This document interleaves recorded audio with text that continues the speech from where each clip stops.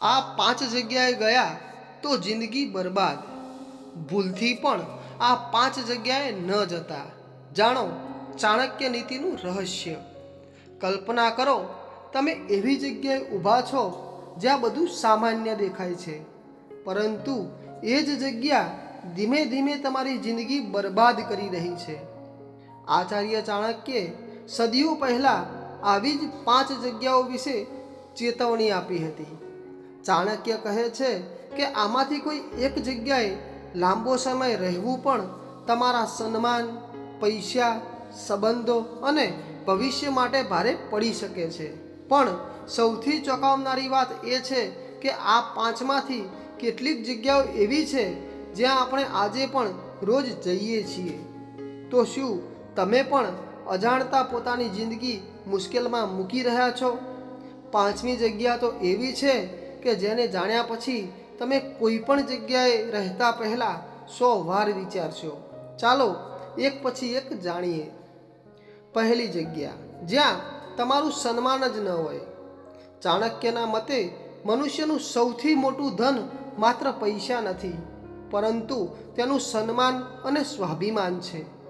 જો તમે એવી જગ્યાએ રહો છો જ્યાં લોકો વારંવાર તમારું અપમાન કરે છે, તમારી વાતની કિંમત નથી કરતા અથવા તમને હંમેશા નીચા દેખાડવાનો પ્રયત્ન કરે છે, તો ચાણક્ય કહે છે એવી જગ્યાએ વધારે સમય રોકાવું નહીં. ભલે એ કોઈ ઓળખીતાનું ઘર હોય, નોકરીનું સ્થળ હોય કે પછી કોઈ સમાજ. જો ત્યાં તમારું આત્મસન્માન સુરક્ષિત નથી, તો ધીમે ધીમે તમારા આત્મવિશ્વાસ પર પણ અસર પડશે. અને યાદ રાખજો, જ્યાં માણસ પોતાનું સન્માન ગુમાવે છે ત્યાંથી તેની પ્રગતિ પણ ધીમે ધીમે દૂર થવા લાગે છે. પરંતુ આ તો માત્ર પહેલી ચેતવણી હતી. હવે આવે છે બીજી જગ્યા, જ્યાં માણસ પૈસા કરતાં પણ મોટું નુકસાન કરી શકે છે. બીજી જગ્યા, જ્યાં લોકો ધોખાબાજ અને સંસ્કારહીન હોય. કહેવાય છે કે માણસ જે લોકો સાથે રહે છે તેમની અસર તેના જીવન પર ચોક્કસ પડે છે. ચાણક્યની નીતિ પણ સંગતના મહત્વ પર ભાર મૂકે છે. જો કોઈ જગ્યાએ એવા લોકોનું વર્ચસ્વ હોય જે સતત જૂઠું બોલે છે, બીજાને છેતરે છે, સ્વાર્થ માટે સંબંધનો ઉપયોગ કરે છે અને કોઈના ભલા વિશે વિચારતા નથી, તો સમજદાર વ્યક્તિએ આવી સંગતથી અંતર રાખવું જોઈએ. કારણ કે ખરાબ સંગતનો પ્રભાવ ઘણી વખત આપણને ખબર પડે તે પહેલાં જ શરૂ થઈ જાય છે. આજે તમે માત્ર તેમની સાથે બેસો છો, કાલે તેમની વાતો સ્વીકારો છો અને થોડા સમય પછી ખબર પડે છે કે તમે પોતે પણ એ જ રસ્તા પર ચાલવા લાગ્યા છો. આવા લોકોના કારણે માનસિક તણાવ તો થઈ જ શકે છે, પરંતુ ખોટા નિર્ણયો અને આર્થિક નુકસાનનું જોખમ પણ વધી શકે છે. પણ ચાણક્યની ત્રીજી વાત કદાચ સૌથી વધારે લાગણી સાથે જોડાયેલી છે. ત્રીજી જગ્યા, જ્યાં તમારું કોઈ પોતાનું ન હોય. જીવન હંમેશા એક સરખું રહેતું નથી. આજે બધું સારું હોઈ શકે છે, પણ કાલે અચાનક મુશ્કેલી આવી શકે છે. અને જ્યારે મુશ્કેલી આવે છે ત્યારે પૈસા કરતાં પણ વધારે જરૂરી હોય છે પોતાના માણસનો સાથ. ચાણક્ય કહે છે કે એવી જગ્યાએ લાંબા સમય સુધી રહેવાનું ટાળવું જોઈએ જ્યાં તમારો કોઈ સંબંધી, મિત્ર કે શુભેચ્છક ન હોય. વિચાર કરો, જો તમે કોઈ અજાણી જગ્યાએ મુશ્કેલીમાં ફસાઈ જાઓ, તમારી મદદ કરવા માટે કોઈ આગળ ન આવે, તમારી ખબર પૂછનાર પણ કોઈ ન હોય, ત્યારે એક નાની મુશ્કેલી પણ મોટી બની શકે છે. એટલે જીવનમાં પૈસા કમાવા જેટલું જ જરૂરી છે પોતાના લોકો સાથેના સંબંધો સાચવવા. કારણ કે સંકટના સમયમાં આપનો સાથ જ સૌથી મોટો સહારો બની શકે છે. પણ હજુ 2 જગ્યાઓ બાકી છે, અને હવે જે વાત આવે છે તે સીધી તમારા ભવિષ્ય સાથે જોડાયેલી છે. ચોથી જગ્યા, જ્યાં જ્ઞાન અને આગળ વધવાની તક ન હોય. ચાણક્ય પોતે મહાન વિદ્વાન અને રણનીતિકાર હતા. તેમના વિચારોમાં શિક્ષણ અને જ્ઞાનને વિશેષ સ્થાન મળ્યું છે. તેમના મતે એવી જગ્યા પસંદ કરવી જોઈએ જ્યાં વ્યક્તિને કંઈક નવું શીખવા મળે, પોતાની ક્ષમતા વધારવાની તક મળે અને આગળ વધવાનો માર્ગ હોય.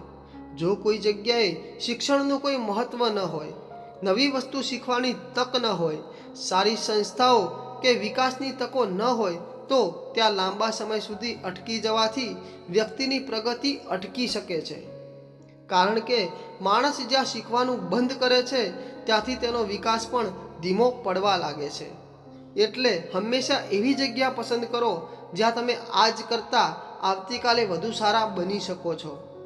પરંતુ હવે આવે છે પાંચમી અને છેલ્લી જગ્યા, અને આ વાત કદાચ સૌથી વ્યવહારુ છે. પાંચમી જગ્યા જ્યાં તમારી આજીવિકાનું કોઈ સાધન ન હોય. ચાણક્યની નીતિ અનુસાર જ્યાં વ્યક્તિ માટે જીવન નિર્વાહનું કોઈ સાધન ન હોય ત્યાં લાંબો સમય રહેવું યોગ્ય નથી. કારણ કે જીવન ચલાવવા માટે ખોરાક જોઈએ, ખોરાક માટે પૈસા જોઈએ, અને પૈસા માટે આવકનું કોઈ સાધન જરૂરી છે. જો રોજગારી નથી, આવક નથી અને ભવિષ્ય માટે કોઈ તક પણ નથી, તો ધીમે ધીમે આર્થિક મુશ્કેલીઓ વધવા લાગે છે. અને આર્થિક તંગી માત્ર ખિસ્સાને અસર કરતી નથી, તે માણસના સંબંધો, માનસિક શાંતિ અને નિર્ણયો પર પણ અસર કરી શકે છે. એટલે ચાણક્યની આ વાતનો અર્થ માત્ર એક જ નથી કે નોકરી ન હોય તો જગ્યા બદલો, પરંતુ તેનો ઊંડો અર્થ એ છે કે જ્યાં તમારી મહેનતનું યોગ્ય પરિણામ મળવાની તક ન હોય ત્યાં આખું જીવન અટકાવી ન દેવું. અંતે સૌથી મહત્ત્વની વાત, તો ચાણક્યની નીતિ પ્રમાણે એવી જગ્યાઓથી સાવધાન રહેવું જોઈએ જ્યાં સન્માન નથી, સારી સંગત નથી, પોતાના લોકો નથી, જ્ઞાન અને વિકાસની તક નથી, અને આજીવિકાનું સાધન નથી. આ પાંચ વાતો માત્ર પ્રાચીન નીતિ નથી. આપણે આજના જીવનમાં પણ તેના અર્થને સમજવાનો પ્રયત્ન કરી શકીએ છીએ. કારણ કે ક્યારેક માણસ ખરાબ નથી હોતો, તે માત્ર ખોટી જગ્યાએ અટવાઈ ગયો હોય છે. અને યાદ રાખજો, જીવન બદલવા માટે ક્યારેક મહેનત કરતાં પહેલાં જગ્યા બદલવાની જરૂર પડે છે. જો તમને લાગે કે આ વાત કોઈ એવા વ્યક્તિ સુધી પહોંચવી જોઈએ જે અત્યારે ખોટી સંગત, ખોટી જગ્યા અથવા ખોટી પરિસ્થિતિમાં ફસાયેલો છે, તો આ વિડીયો તેની સાથે જરૂર શેર કરજો. કારણ કે કદાચ તમારી એક શેર કોઈની જિંદગીનો સાચો નિર્ણય બદલી શકે છે. જો તમને વિડીયો માહિતીપ્રદ લાગ્યો હોય તો લાઈક, શેર અને ચેનલને સબસ્ક્રાઈબ કરવાનું ભૂલશો નહીં. આભાર. જય ભોલે.